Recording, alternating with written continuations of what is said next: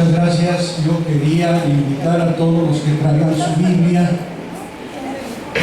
si la sacan un poco para ayudarnos a leer, para quienes no trajimos la Biblia. Si alguna persona de ustedes que tiene Biblia, pues yo les sugeriría, si tiene la Biblia latinoamericana, que es la que usa un lenguaje más nuestro, si pasa para que lea los pedazos, pase aquí adelante y que nos haga el favor de leer el pedacito de que se trata. Anden, pase donde gusten, o si quieren ir es este.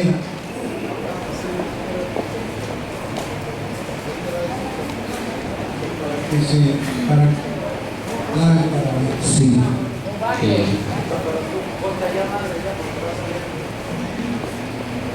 Sí, es que los va a leer desde aquí. Sí, ahorita yo les voy diciendo. Fíjense ustedes que cuando murió el Señor Jesucristo,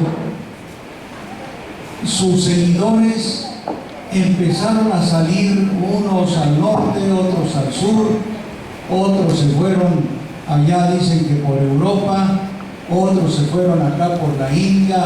Pues no se puede saber, pero las huellas hablan de que empezó a haber la itinerancia, es decir, misioneros itinerantes, que se iban y se perdían, pero sabían que andaban por allá lejos.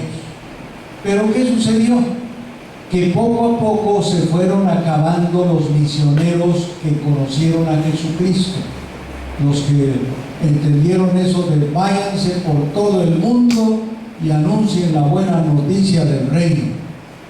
Y uno de los que no salió se quedó y empezó a ver que los seguidores de Cristo ya vivían en casas, sobre todo las mujeres y los niños que no se iban de itinerantes, y empezaron a vivir en casas, en pueblitos, en ranchitos. Y entonces un primer párroco que hubo fue San Marcos. Él sí le tocó trabajar ya no con itinerantes, que les daban, haga de cuenta, el curso y se iban, sino él dijo, ¿cómo le hago con los que ya se quedaron? Algunos no se fueron de itinerantes, medio flojitos, otros eran las señoras con los niños, y empezó a decir, ¿cómo le hago para trabajar con los que ya están sedentarios, es decir, detenidos en un caserío? Y fue cuando empezó a recordar lo que le contó sin duda San Pedro, lo que oyó de otros apóstoles, porque él realmente no conoció directamente así a Jesucristo. Tal vez lo vio, pero no fue el que anduvo con él.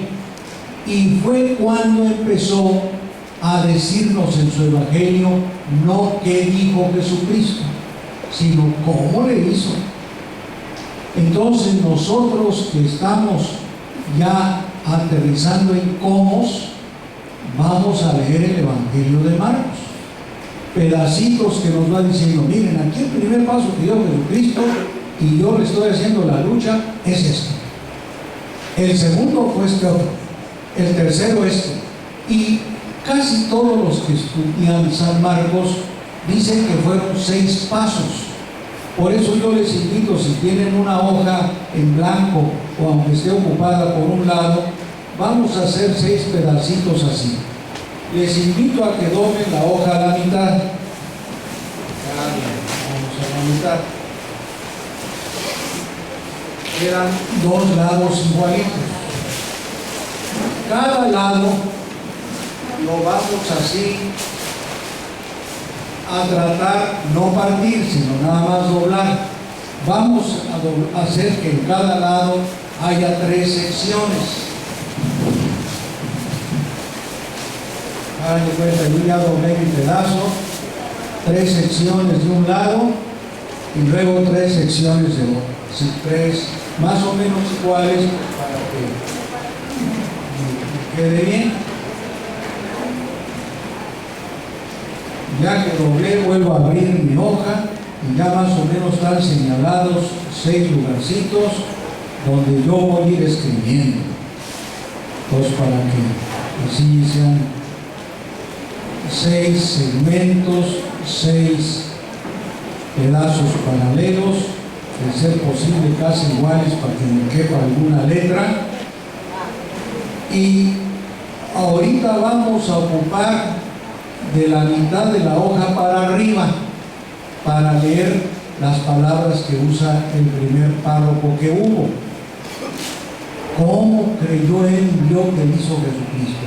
Y vamos a rescatar palabritas de ese primer párrafo. Después vamos a ver el sucesor de Marcos, que ya pasaron, echen ustedes 90 años, ya hablaba griego, no hebreo, arameo como Marcos. Entonces ya le llamó a lo mismo de otra manera. A los 300 años el párroco ya no hablaba griego, hablaba latín y le puso nombre latino a lo mismo que dijo Marcos, pero ya en latín. Y luego se vino para América Latina el Evangelio y llegó en español. Y como a lo que dijo Marcos, a lo que dijo el cura griego, a lo que le nombró el cura latino, le nombró el cura español, y cómo le nombró después la iglesia en el año 2000. Y ya uno ve varias palabritas que es lo mismo, pero distintas maneras de decirlo, para no perderlo. Porque a veces hay tanta palabra que uno usa que ya ni sabe si fue chocolate o fue atole o no sé qué. Por eso vamos a empezar con las palabras de Marcos. Vamos a leer el capítulo primero del 14,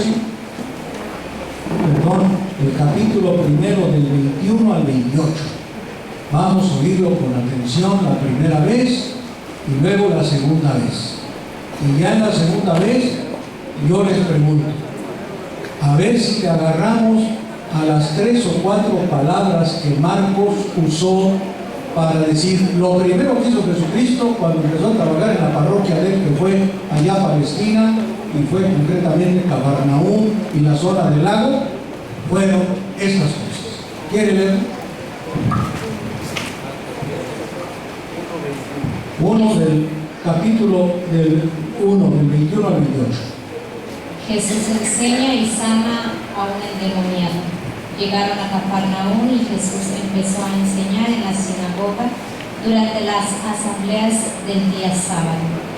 Su manera de enseñar impresionaba mucho a la gente, porque hablaba como quien tiene autoridad y no como los maestros de la ley.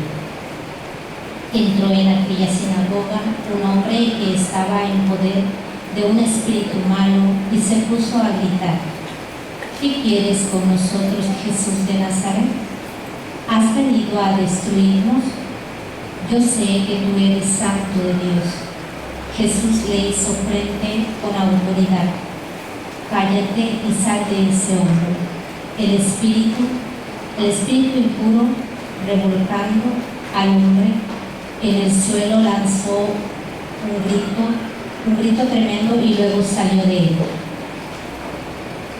Él asombrado de todos. A ver, otra vez. El asombro de todos fue tan grande que se preguntaba unos a otros: ¿qué es esto? ¿Una doctrina nueva? ¿Y con qué autoridad? Miren cómo da órdenes a los espíritus impuros y le obedecen. Así fue como la fama de Jesús se extendió por todo el territorio de Galilea.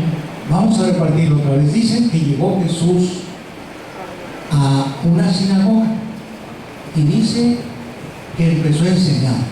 Y todos nos esperamos un gran discurso de Jesucristo. A ver qué dice. Y empieza a decir, pero no habla.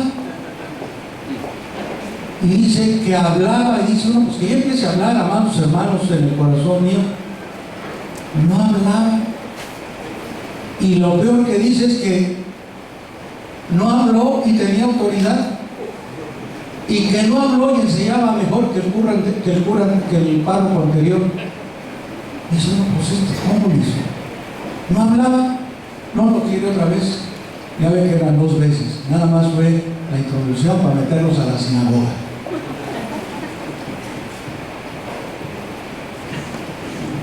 Llegaron a Cafarnaúm y Jesús empezó a enseñar en la sinagoga durante las asambleas del día sábado.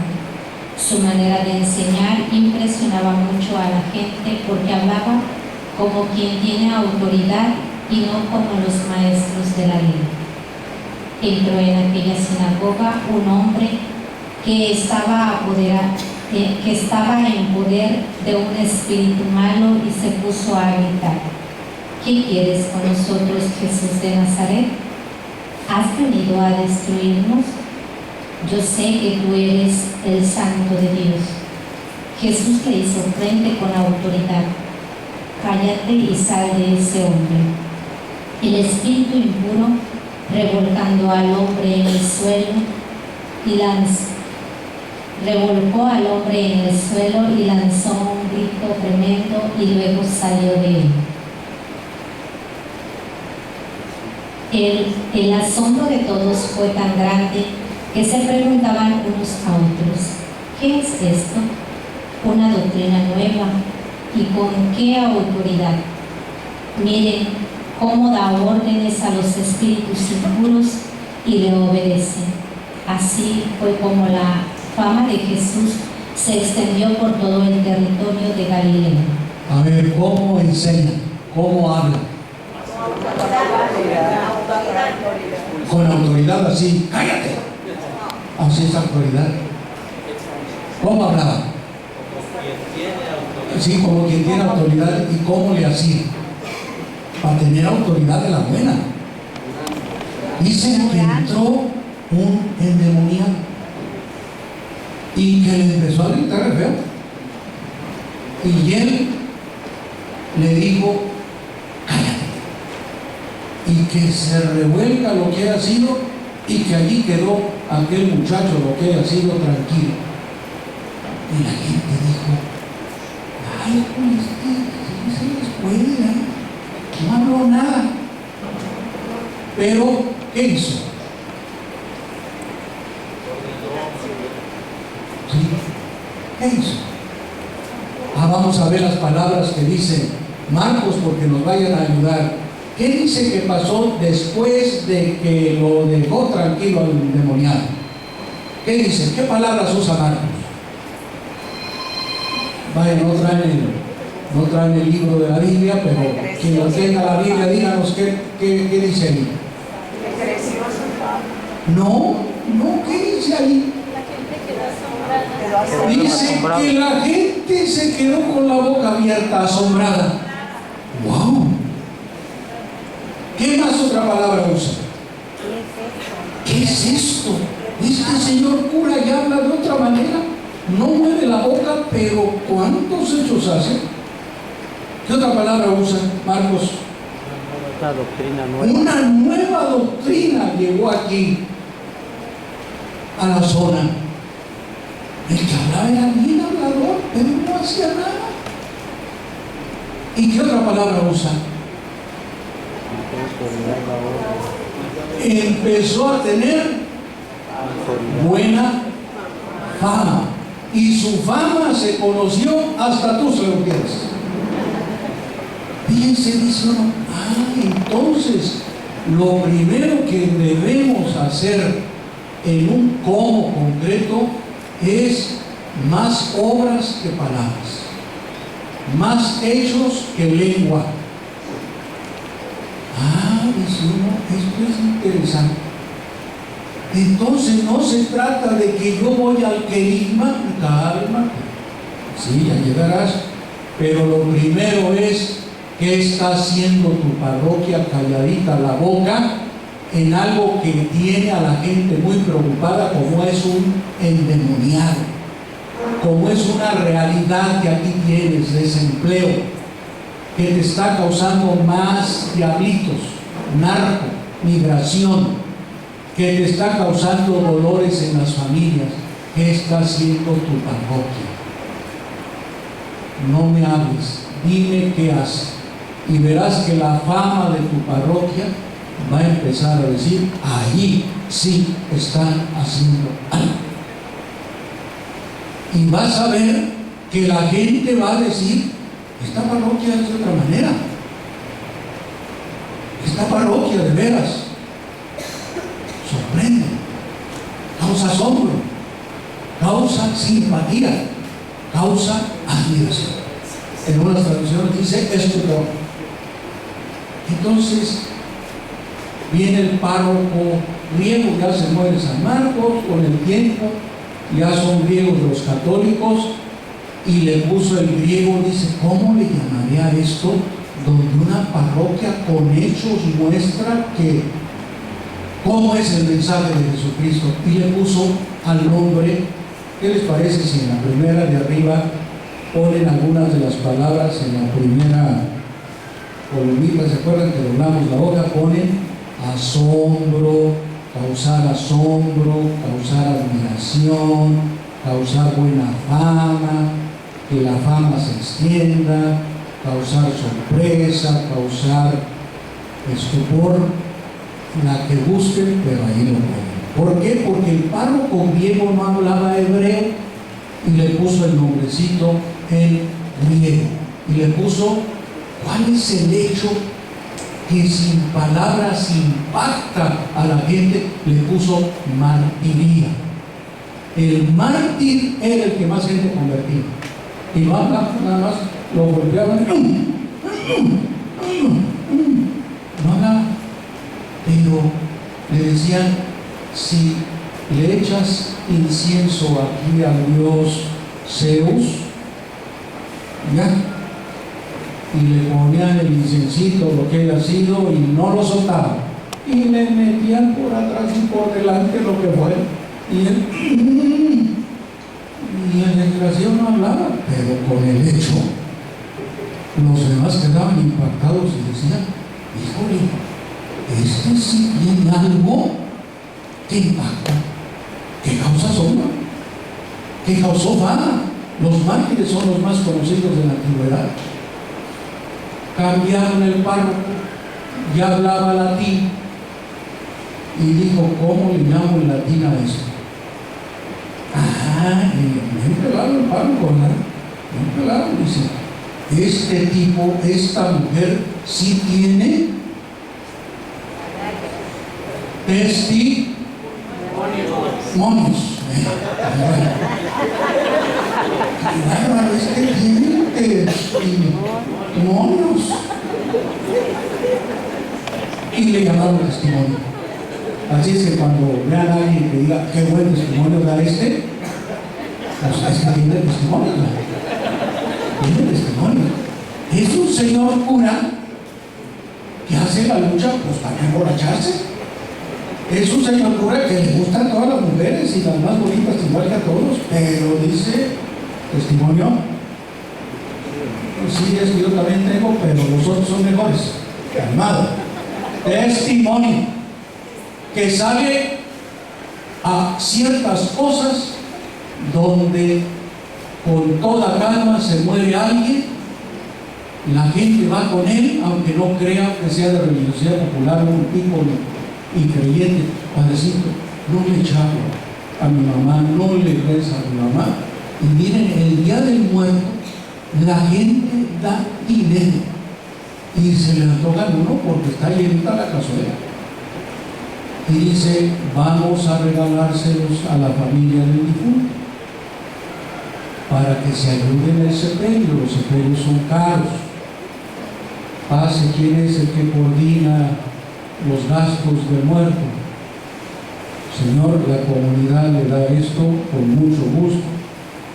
Y debía la luz, debía el teléfono, debía el internet, debía el impuesto, y dice, necesitó testimonios para darlo,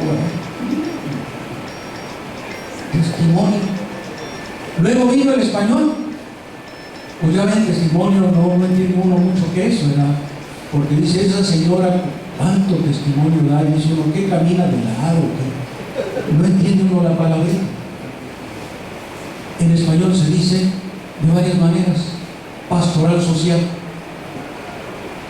se dice misericordia, se dice compasión. ¿Por qué? Porque es tan rico que una palabra no alcanza a describir todo. Entonces en la mañana nos decían, oigan, si la parroquia no tiene como primer momento esto, va a ser difícil que dé el segundo paso que dio Jesucristo. Así es que si hay un párroco medio de mala fama, que ya su mala fama se extendió hasta Chiapas y Oaxaca y allá por Veracruz, no se metan, no va a juntar gente. Tenga la seguridad. La gente no está buena. Se necesita el primero, y luego los del consejo parroquial o los catequistas que le dicen: padre, también nosotros necesitamos testimonio, también usted necesita. Vamos a tratar de, antes de hablar, y es donde ustedes lo dijeron ya, que nos vean que nos acercamos a los problemas que ustedes descubrieron: desempleo, hambre, desintegración de la familia, cuestiones. Si quiere ir a tocarla y llevar a otros que quieran a tocar eso que es la huella de Cristo, también se le llama hoy, las huellas del Cristo sufriente. Pues miren, con esos que se asombraron, que fueron simpatizantes, que Cristo les impactó, Jesucristo en el capítulo 3, versículo 13 da el segundo paso. Dice: vamos a dar la segunda gracias. El segundo pasito, y Jesucristo en el capítulo 3, versículo 13, ¿qué hace? A sus simpatizantes, ¿qué hace, hermano?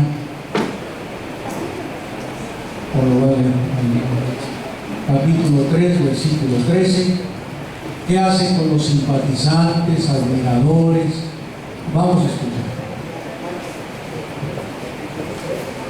Capítulo 3, versículo del 13 al 19.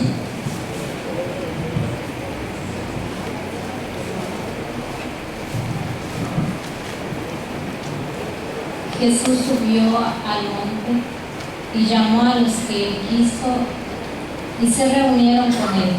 Así instruyó a los 12, los que llamó también apóstoles, para que estuvieran con él y para enviarlos a predicar, dándoles poder para echar demonios. Estos son los 12: Simón, quien puso por nombre Pedro, Santiago y su hermano Juan, hijo de Zebedeo, a quienes puso el nombre de Boanerges, es decir, hijos del trueno, Andrés, Felipe, Bartolomé, Mateo, Tomás, Santiago, el hijo de Alfeo, Tadeo, Simón el cananeo y Judas Iscariote, el que después lo traicionó. Bien, ¿quién dice el nombre de las mujeres que está en Lucas? Para no irnos a Lucas, ¿se acuerdan del nombre de las mujeres que anduvieron con Jesucristo, con estos hombres? María la de Cleofás, Juana, Ana no, todavía no nació, a Susana, la otra María, la que era de Magdala, que de apodo le decían la Magdalena, como aquí le dicen las tepehuanas, pues allá le decían la Magdalena. Otra, la mamá de Santiago y la Virgen María, por supuesto. Entonces, vamos a añadir esas mujeres para que no nos sintamos mal, que andaban con él. Acuérdense que María de Magdala fue la que apoquinó con los centavos, porque imagínense, 13 personas sin trabajar 2 años, pues costaba la comida. Entonces María Magdalena le entró parejo, así cuánto cuesta costando, y por eso Jesús pues le tenía también especial Magdalena buenos días, porque sabía que si no soltaba, pues imagínense aquella vez que llegó de repente a las bodas de Caná, ¿qué sed llevaban estos que se acabaron el vino? Y ya la Virgen le dijo: oye, pues algo, no, que pues si no viste a Pedro cómo le empinaba.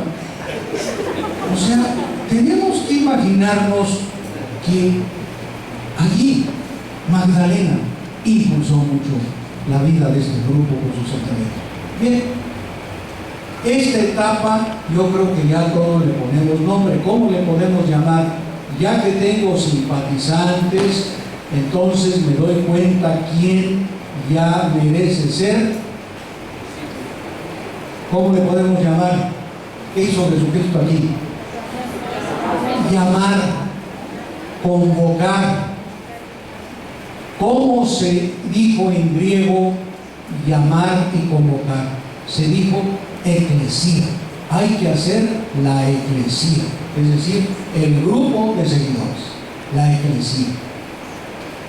Pablo, otro párroco de toda Turquía, ya ven que tenía como 8 parroquias a su cargo, le puso iglesia de casa, porque él dijo: si no me meto en las casas de estas personas que llamo, se me van a venir al templo y nunca van a querer salir del templo. Mejor que fue en sus casas. Le digo: doña Chucha, presta su casa para reunir a sus vecinos, porque él quería hacer una iglesia de casa. Y así le puso a esta etapa a San Pablo: iglesia de casa. No solo llamar, sino llamar a la familia que iba a ser en una calle la iglesia de casa. Y como entonces las mujeres no valían tanto como ahora,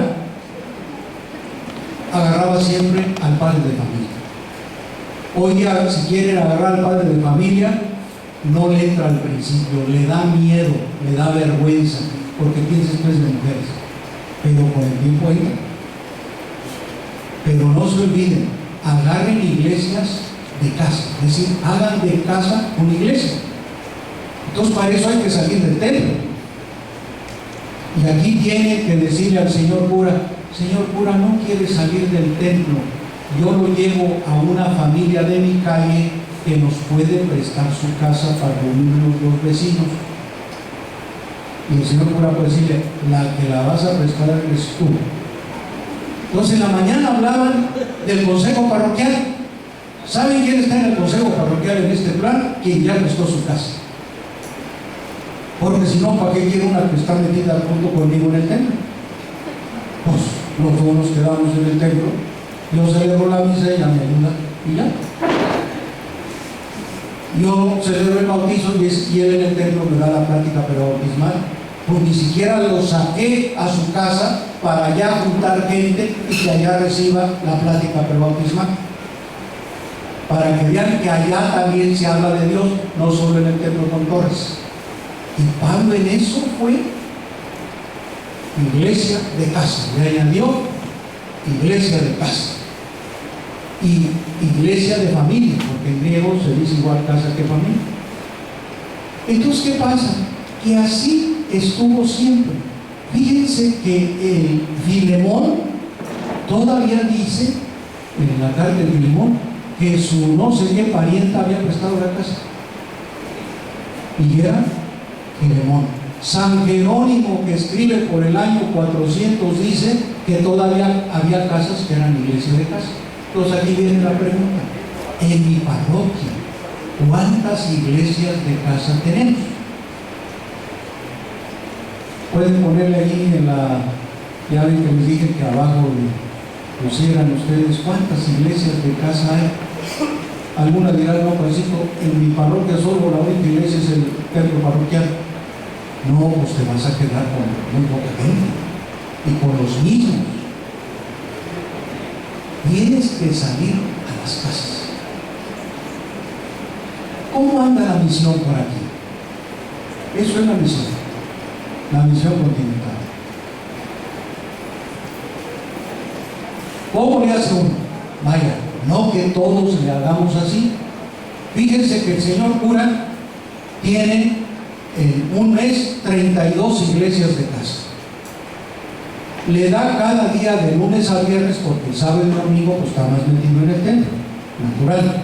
Pero de lunes a viernes va y visita una iglesia de casa. Sobre todo cuando las tiene lejos, les dedico un día a estar ahí. ¿Qué hace el señor cura ahí sentado en la iglesia de casa? La gente dice: ya llegó el señor cura, a ver qué nos dice. No, él se calla porque está doña Chole, que es la coordinadora de esa iglesia de casa.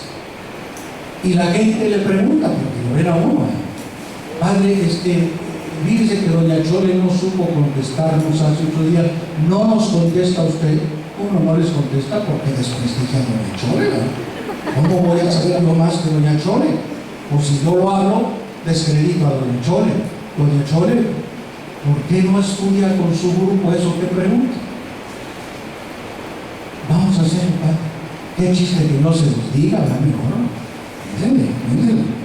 Y aprovecho decirle, doña Chole, ¿qué gente que venía a su iglesia de casa no viene? Ya doña Chole me dice, mire padre, pues estas 15 ya no vienen. Esta vive aquí a la vuelta y yo me salgo a ayudarle a doña Chole a juntar más gente para su grupo. No me quedo, porque si no la gente sigue diciendo, doña Chole es una bruta, por eso le vamos a preguntar a usted. No, me salgo a ayudarle a doña Chole, porque doña Chole es lo máximo de la parroquia en esa calle. Entonces ven ustedes, uno se la pasa cada tarde, noche, yendo un grupo. Porque si son 32 grupos, uno le da una vuelta cada mes y medio. Cada 2 meses a un grupito. Y a darle. Si no saben, se van a ir quedando solos en el templo. Y si hace 10 años caminaban así, con los 2 pies, ya ahorita van a caminar así. Son las mismas. Dentro de 5 años ya entrarán con bastón.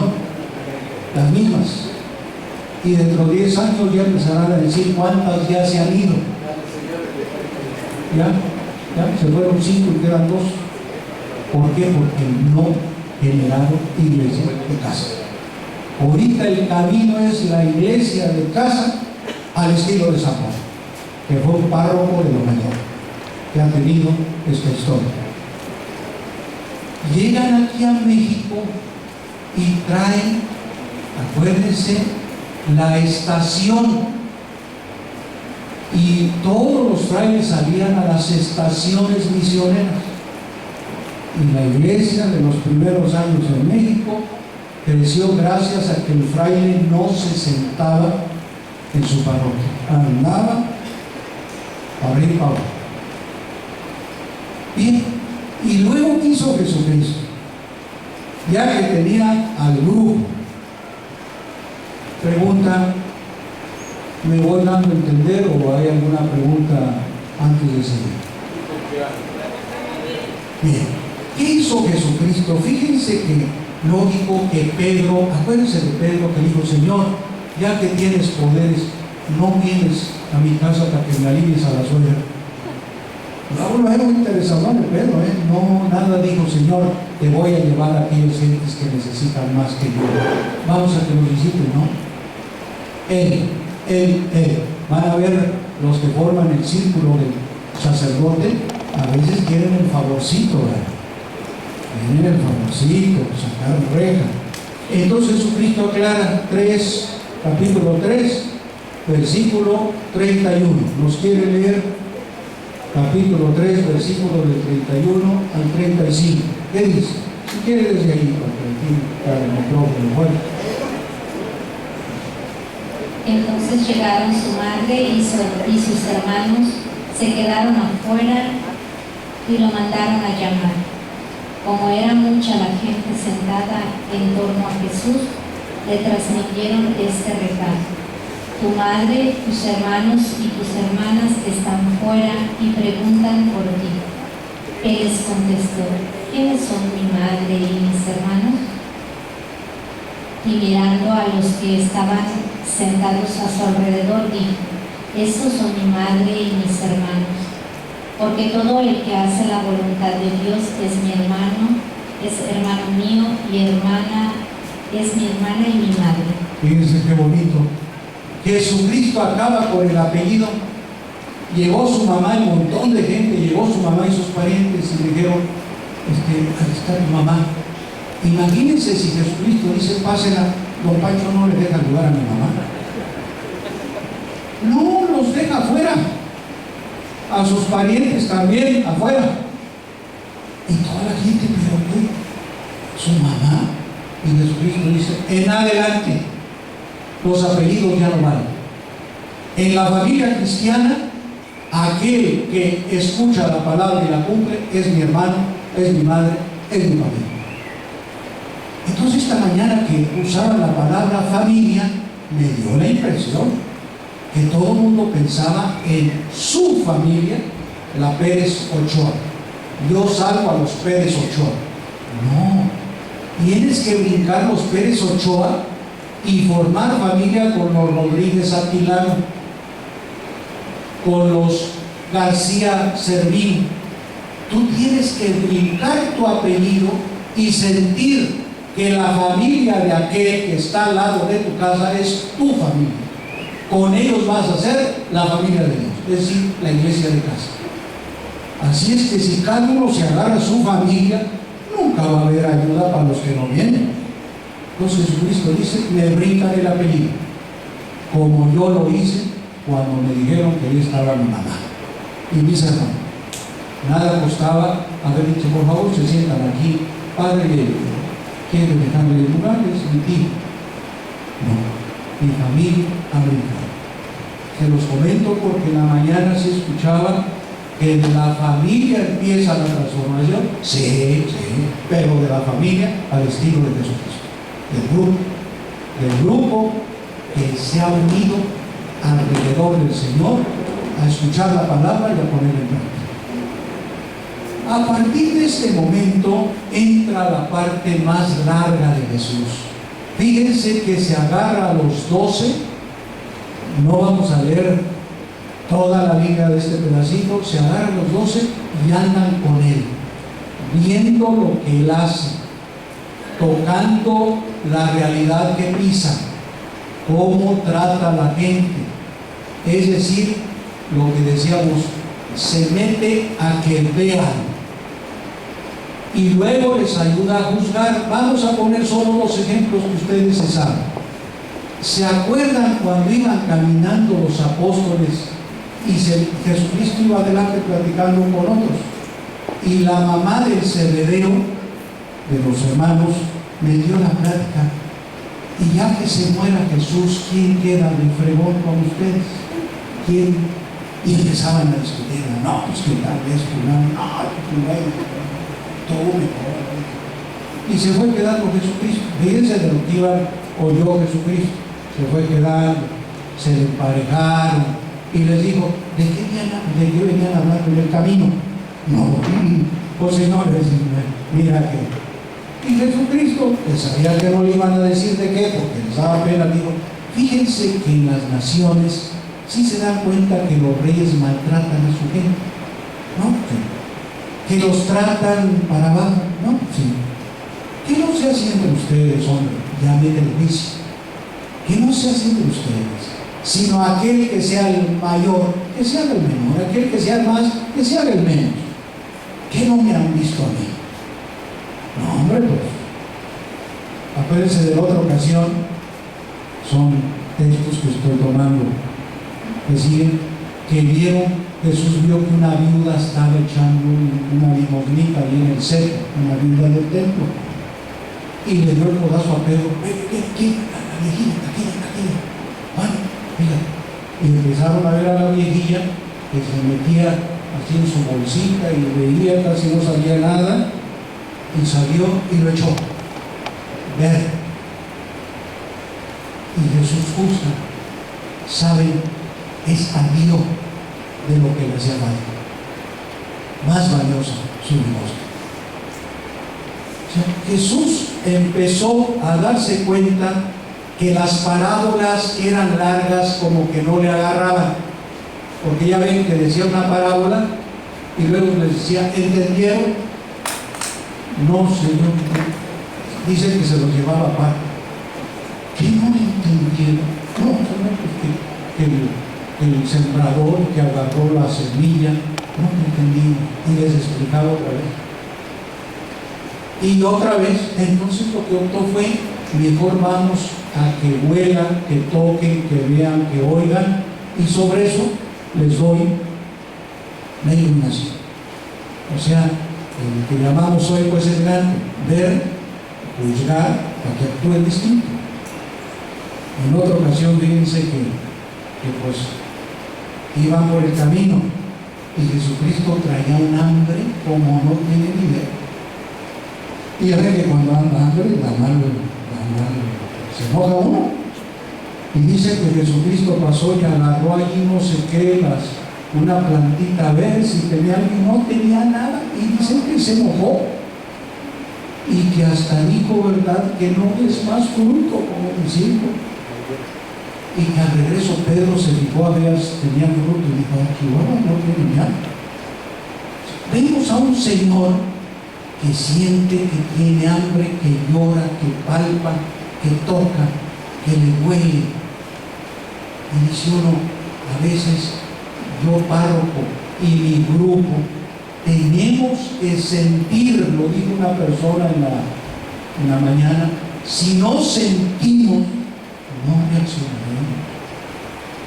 No el que sabe reacciona, no, el que siente sí reacciona. Por eso, cuando hablen de un centro de formación, como lo hicieron esta mañana con tanto entusiasmo, no se olviden de tener momentos donde van a llevar a la gente a que toque la realidad, la palpe. Porque si los meten al salón de clases toda la tarde o 3 horas, esa gente engordará de conocimientos, pero no sensibilidad del corazón. Tienen que planear muy bien sus capacitaciones, porque si no van a ser más gordos, de mucho acá y nada aquí, de mucho acá y aquí no saben cómo hacer cosas. Entonces tienen que decir, nívela corazón e inteligencia, como decimos, cuerpo y razón. Pues bien, yo no quiero leerles todo el pedazo que sigue de Marcos porque sería poner ejemplos de estos, pero yo sí quisiera entrar en un asunto. Fíjense que ustedes dijeron que el periodo de 2 años y pico que Jesucristo evangelizó a sus apóstoles, lo hizo usando palabras y hechos, palabras y hechos. Y por eso yo quería repartirles unas hojas que les traje, porque ustedes dijeron que aquí la gente, unos se convierten con la fe cristiana católica y otros con la religiosidad popular. Hablaron que hay 2 grupos y hay que hacer 2 tipos de procesos de conversión, porque no crean que el uno les sirve a todos. Por eso les quiero repartir unas hojitas para explicarles más de eso. Lo primero, el decirles que ustedes han decidido usar el método no de parábolas, no de alegorías, no de discursos. Dijeron, vamos a usar el ver, juzgar y actuar. Esa es una opción de ustedes que está clarita. Como hoy se dice, vamos a tocar, vamos a interpretar lo que tocamos o palpamos para transformarnos. Son 2 maneras de decirlo bien. Y dijimos, ¿cómo vamos a hacer que la gente toque? Y miren, dice uno, pues ¿qué les invitamos a que toquen? Y es cuando tenemos que ir a una frase que resumió Jesucristo diciendo, quiero que toquen a estos, toquen lo que quieran, pero no se olviden de estos, que para mí son los importantes. Por eso nos vamos a pasar otro evangelio, el de Lucas, para ver las 5 o 6 cosas que quiere Jesucristo que toquemos. Toca lo que quieras, pero que no se te olviden de estas 5 o 6 cosas. Capítulo 4, verso 14 de Lucas. Vamos a ver las 5 personas,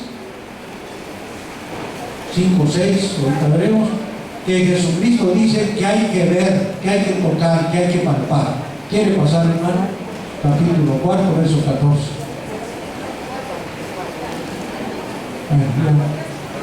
A ver,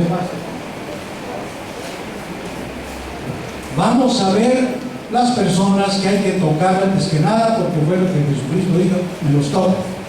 Vamos de 14 a 20, ahorita le digo, usted no le digo pare, empiecen con el 14.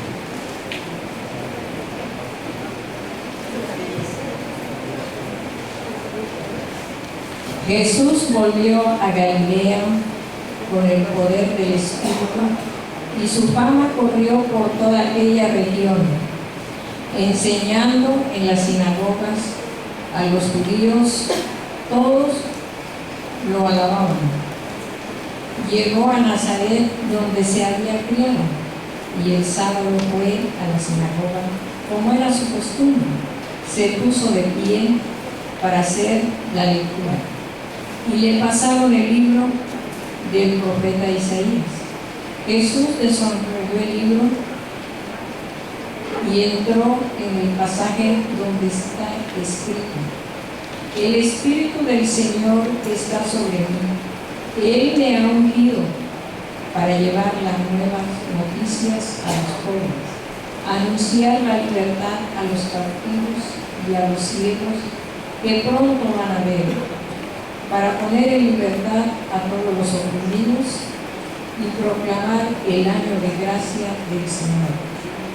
Jesús entonces enrolló el libro, devolvió al ayudante y se sentó, mientras todos los presentes tenían los ojos fijos en él, y empezó a decirles: hoy se ha cumplido estas palabras proféticas, y a ustedes les llegarán noticias de él.